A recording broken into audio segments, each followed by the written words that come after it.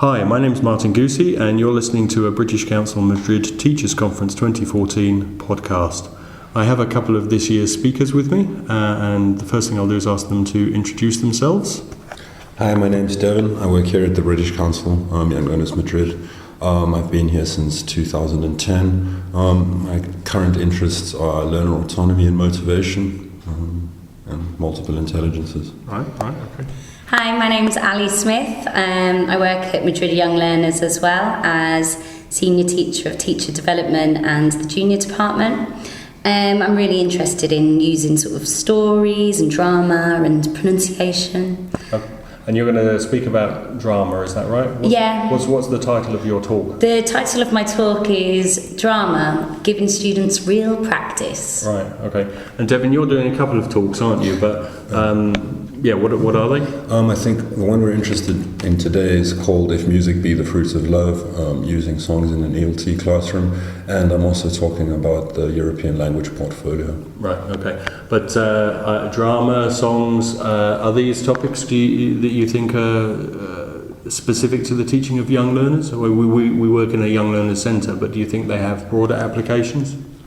Certainly I think songs, yes, definitely. I mean, from very young learners, getting them singing all the way through to teenagers using pop music in the classroom can be really motivating. So, yeah, I think as a resource, songs and music are a definite boon for the English classroom. Is the title of your talk, what song is that from? That's actually a Shakespeare quote. Okay, right. and drama? Yeah, well, definitely. I think it's sort of a way to kind of take your students, not physically, but kind of out of the classroom, and just to give them an opportunity to use the language in a more meaningful way. Right. So what would make that language more meaningful? Well, let's see. So, I mean, if you're doing an activity, a speaking activity, and it's just, all right, ask your neighbour how many people in their family, and you ask them once, even though you know how many people are in their family, you using that language, it doesn't feel real, so it's just repeating and repeating it. Right. But whereas you give it like a dramatical context or sort of build on that role play, it gives what they're saying more meaning, and so they're therefore more likely to use the language in a more realistic way or just better. Right. And so there's a motivational factor there as well. Yeah, absolutely. Yeah. And songs, do you think they have a motivational factor? Oh, absolutely. I mean, letting kids choose the songs that you use in class or finding out what music they're into and then working with that, absolutely. Sort of lets them feel like they're also being involved with the process of learning if you give them the opportunity to pick songs. It gives more than just the language practice in that it brings a bit of the English culture into the language as well, and I think that can be important for learners too. Right. I think, what you said there about sort of giving them the choice and making them decide what they're going to do is, really important, and that kind of applies to using drama in the classroom as well. They make the decisions, and therefore, it's motivating for them, and they feel like they're doing what they want to do. They kind of get into it a bit more. Right. And Devin, in your abstract, you used this phrase, I think it was objectified cultural capital. Oh my goodness, what's that? Well, cultural capital comes from the idea of cultural produce, which is just anything that's produced within a certain language, certain culture. And then cultural capital would be, cultural produce which is seen as somehow desirable, has some sort of weight to it. And songs are therefore just a form of cultural capital which is actually solid and you can actually engage with, you can actually listen, has been objectified as such. Right. So, I mean, just for example, Paul McCartney, Sir Paul McCartney he's in the Guinness Book of Records as the most, I think it's successful pop star of all time. And just a little factoid like that can sort of improve people's understanding of not just the language but the English culture in a real way, in a meaningful way. Right. That's interesting. And of course, what the attendees at our conferences really like is practical ideas.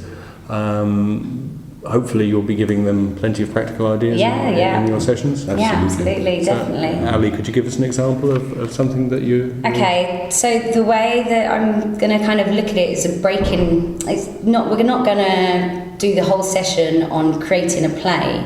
It's just about little things that you can do to help your students use grammatical techniques to practice the language better. So, for example, one of the areas I'm going to focus on is characterization, and I'm going to give an activity that you can do in the classroom that gets the student, it could be just a role play, but it gets the students to think outside of that role play. What happened before? What happened after? What's their family life like? And things along those lines. Yeah, I think I used to carry around mood cards. So just like a little set of cards that you could hand to students that said, you know, they were at a very simple level, happy or sad or angry about something, and then you would give these cards and they would keep them secret, and then when they were reading a dialogue from a course book or something like that for practice, you know, they would read it in a very monotone way, and then afterwards you'd give out the mood cards and say, okay, read it again, but keep this mood, you know, secret, and then you read it as if you're angry about something else, and then your partner would have to try and guess what mood you were in, and maybe develop a conversation afterwards from that as well. Yeah, because that sort of thing's like excellent for getting them to practice using the English intonation and the way that we use it depending on right, exactly. Which is also why songs are important, isn't it? Yeah, absolutely. And my session starts with kind of just a brief overview of why you might use songs in class, and then move into some more practical ideas, which will be done in a pretty hands-on way. I think it's important to give teachers that sort of idea that it's not just gapfuls, you know, we're trying to move away from that.